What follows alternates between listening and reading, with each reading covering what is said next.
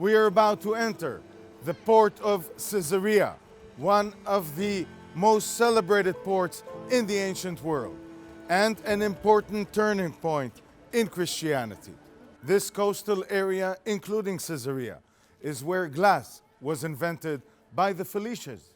And remember, Caesarea used to be called the Tower of Strato, a Phoenician port later turned by Herod the Great to one of the most celebrated ports in the ancient world.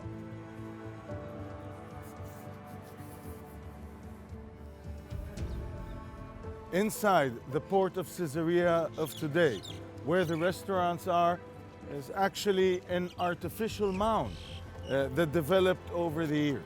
At the time of King Herod, what we had here is the harbor itself. The water came all the way down here, and this is where the ships docked.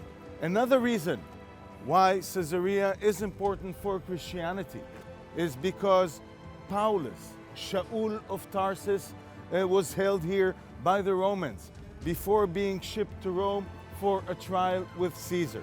It is here that Paulus exchanges letters with the early Jewish communities.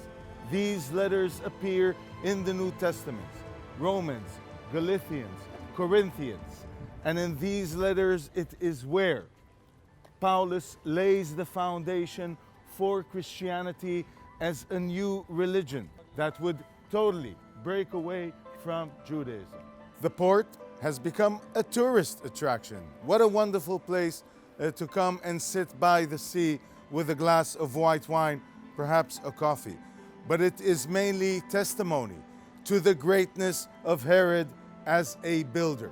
Because what Herod does is enclose the area by filling barges full of lava sand, which he brings from the Golan Heights. They are sunk to create the harbor that we see in front of us.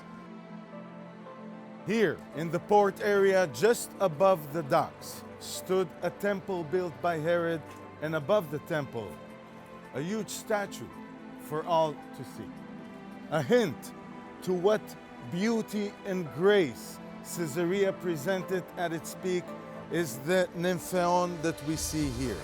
All over were statues, decorations, water fountains in true Greco-Roman style. The Phoenicians, the Romans, Herod the Great, Caesarea has it all.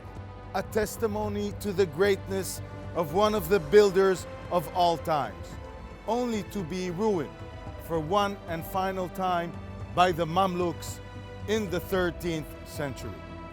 But Caesarea today has revived and become a vibrant place for outdoors, a place to come and have coffee, perhaps a meal, looking at the grace of the past.